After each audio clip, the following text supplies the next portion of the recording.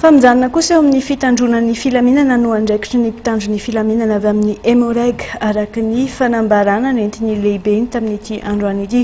Raha nitondra fanehoan-kevitra manoloana ny raharaha fanadiovana ny tanàna tanterahany commune izay nitarika ny savorovory tamin'ny omaly iny. Malala moa zany fa ao anatin'ny fanadiovana na ny assainissement ny commune urbaine Antananarivo ary mbola nisy ihany koa ny atao hoe fanesorana mpiasa zavatra zay dia hitatsika fa mitarika fisavovolona.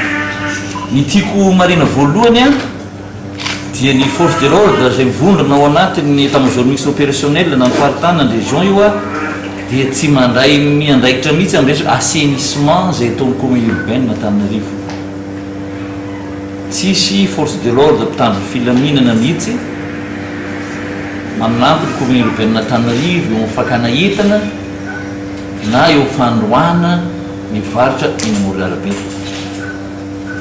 Nefa kosa izay fanadiovana na assainissement tao commune urbaine Antananarivo zay dia raha tsika mahita dia raha tsika malala fa miteraka savorovorona eo anatrehan'izay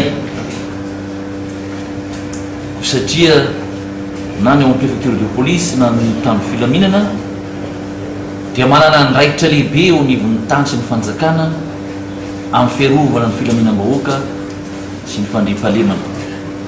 Izay no antony ahatongavan'ny Emoreg na Analamanga eny toerana raha vao misy fisavorovona aterakana zavatra anankiray. Ny préfecture de police moa efa manome ny réquisition générale ho an'ny lehibe ny Emoreg na Analamanga mba hitandro ny filaminana sy ny fandriam-pahalemana eto an-tanàna Antananarivo amin'ny fotoana mbola tsy voafetra.